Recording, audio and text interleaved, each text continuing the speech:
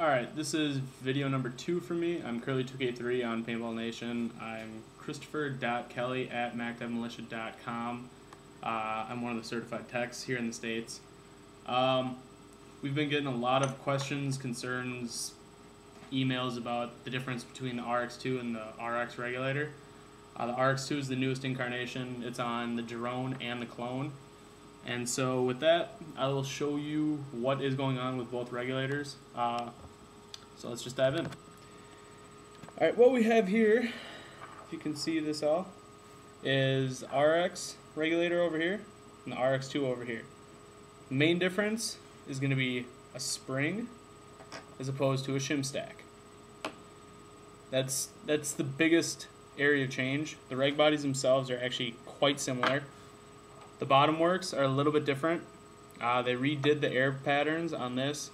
So what will happen is when you actually have the other part of the bottom works on the regulator itself, you have a channel for debris to go into. As you can see, there's air passages here.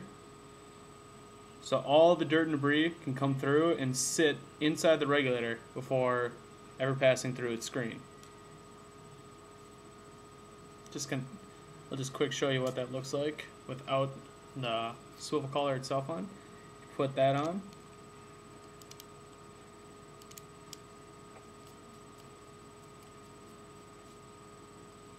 And then you have the gap for the air to go around with the dirt and debris, and it all just sits in a nice channel right inside.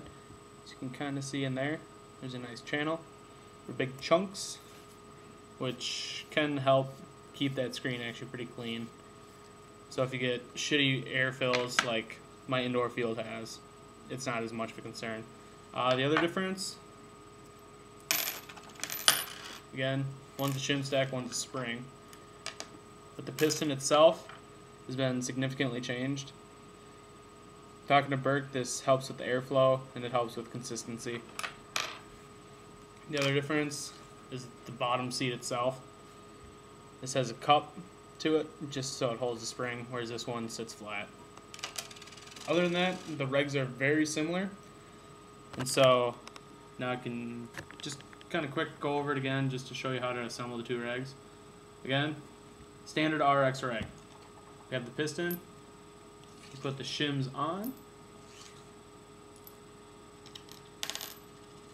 Bear with me if you had just seen the Rx videos. I literally just rebuilt this regulator less than 2 minutes ago. So this is getting repetitive. What you'll end up with is a spring stack that'll make a spring. Just pay attention to what you're doing instead of looking at a camera. So it turns out like that. You just put that seat bottom on, take your reg body, just put that in, set that aside, take your bottom works.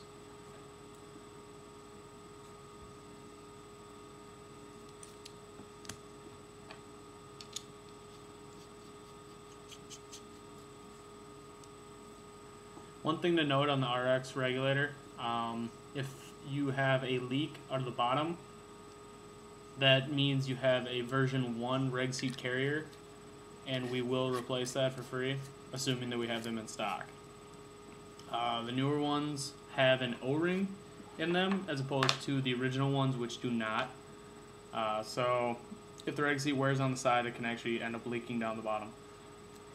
So regular all assembled. Okay, and then for the Rx2, take the piston, take the spring, take the carrier, just goes together like that. As you can see, it's a nice clean little installation. Put that in the bottom of the regulator. Take your bottom works, like so, put the screen on, take the outer swivel, put that on, and screw on the bottom.